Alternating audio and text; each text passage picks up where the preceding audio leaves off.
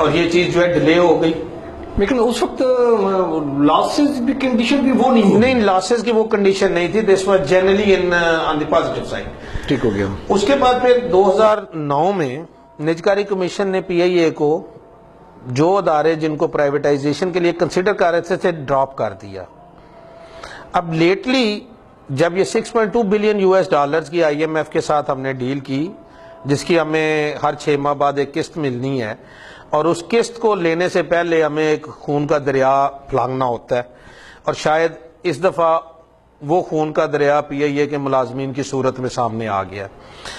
تو آپ لے رہے ہیں 50.2 ملین ڈالرز اس دفعہ, جو آپ نے مطلب آدھا ارب 50 ارب روپیہ کہہ لیں, اور آپ اپنا تقریباً 200-250 ارب روپے کا اثاثہ جو ہے وہ بیچ رہے ہیں.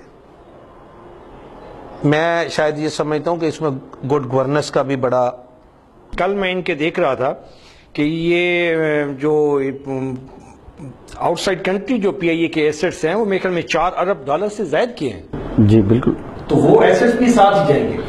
دیکھیں اسحاق ڈار صاحب سے جب ملاقات ہوئی تھی ہماری ٹیم کی, اس میں بظاہر تو وہ کہہ رہے تھے کہ ایسٹس اور امپلائیز ایک سائڈ پہ ہوں گے, اور جو پی آئی اے دوسرا ادارہ ہے ایز ادارہ وہ دوسری سائڈ پہ اس کی لیبلٹی گورنمنٹ لے گی.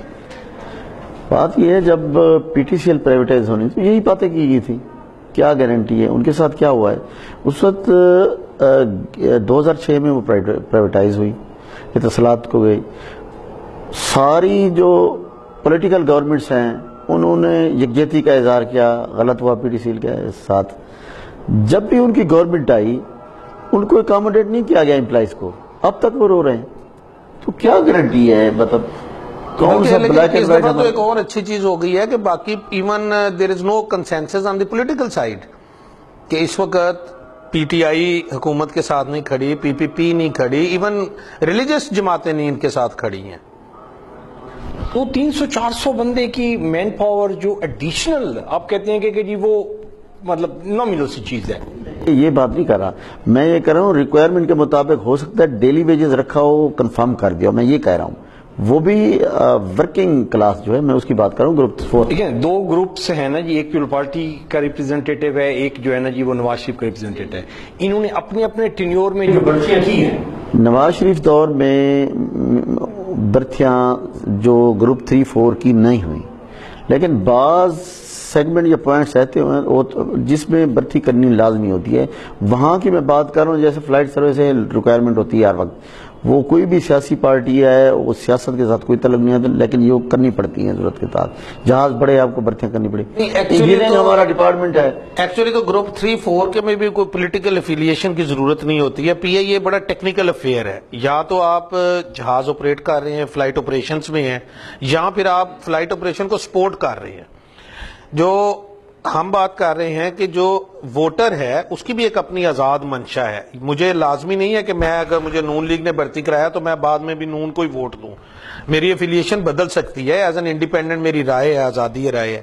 لیکن کہنے کی بات جو پوائنٹ آف کنسرن ہے وہ یہ ہے کہ جو پچھلے ادوار تھے جن میں بیک ڈیٹڈ سے آپ کے امپلائیز کو ری انسٹیٹ بھی کیا گیا, وہ بھرتیاں تو سیاسی بنیاد پہ ہوئی تھیں.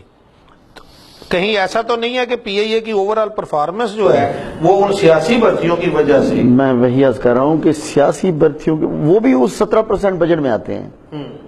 جو آپ اس کو ایسے دیکھ لیتے ہیں, جو اس وقت جو پی آئی اے کے پاس جو فلیٹ ہیں, ٹھیک, مطلب اسی کی بیس پہ آپ نے موومنٹ مین پاور رکھنی ہے نا جی. جہاز اگر 10 ہیں تو اس کے لیے ہر جہاز کے لیے 10 بندے چاہیے, تو آپ نے 100 بندہ رکھنا ہے. تو وہ آپ 300 بندہ تو نہیں رکھ سکتے, جہاز 10 ہیں تو بندہ 300 ہے. تو آپ کے خیال میں اس وقت جو پی آئی اے کی جو مین پاور ہے ہر کیٹیگری میں ملا کے, 3-4 کے بھی ملا کے, ہائر مینجمنٹ کو ملا کے, آپ سمجھتے ہیں کہ یہ فلیٹ آپریشنز ایئر لائنز کا وہ سارا کچھ ملا کے وہ جسٹیفائی کرتا ہے؟ میں آپ کو وہی عرض کر رہا ہوں, پہلے بھی میں نے بتایا, جسٹیفائی اس وجہ سے کرتا ہے کہ بعض ایئر لائن نے ہینڈلنگ جو سروسز ہیں دوسری باہر کی کمپنیوں سے لی ہوئی ہیں.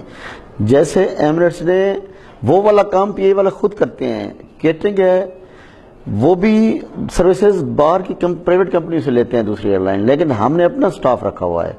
تو کلاس اس میں دیکھیں نا, میں نے ایک کام کروانا ہے, میں اس کے لیے 10,000 والے 2 بندے رکھ لوں، ٹھیک، یا میں 20,000 پہ باہر سے کام کروا لوں، کرائے پہ بندے بلوا کے کسی کو کہہ دوں یار میرا یہ کام کر دیں، تو وہ میں تو 20,000 ہی پے کر رہا ہوں۔ اگر یہ چیزیں ایکول ہیں، باہر والی کمپنی آؤٹ سورس کر دیتی ہیں، آپ نے بندے رکھ لیے، تو پھر یہ 380 ارب روپے کا خسارہ، 12 کروڑ روپے کا پر ڈے لاس جو آپ بالکل ہمیں سپورٹ کر رہے ہیں، یہی ریزن ہے۔ یہ جو بندے رکھے ہوئے ہیں نا، وہ آؤٹ سورس کر کے لے لیتے ہیں۔ مطلب میں آپ کو بتاؤں، جدہ پوسٹنگ ہوتی ہے، اس میں 2 کیٹیگریز جاتی ہیں وہاں ڈیوٹی کرنے کے لیے حج کے دوران۔ ایک او سی ایس جو آن کارپوریشن ریکوائرمنٹ لوگ جاتے ہیں، جو ضروری جانا ہوتا ہے جن کو، وہ 1 مہینے کے وہاں انہیں پے کیے جاتے ہیں تقریباً 3 لاکھ۔ 1 مہینے کی ڈیوٹی ہوتی ہے آن کارپوریشن ریکوائرمنٹ۔ اور دوسری طرف ایسا سٹاف وہاں سے ہائر کرتے ہیں کسی کمپنی کے تھرو، اس کو بھی 3 لاکھ کے حساب سے پر بندہ پے کرتے ہیں، ٹھیک ہے۔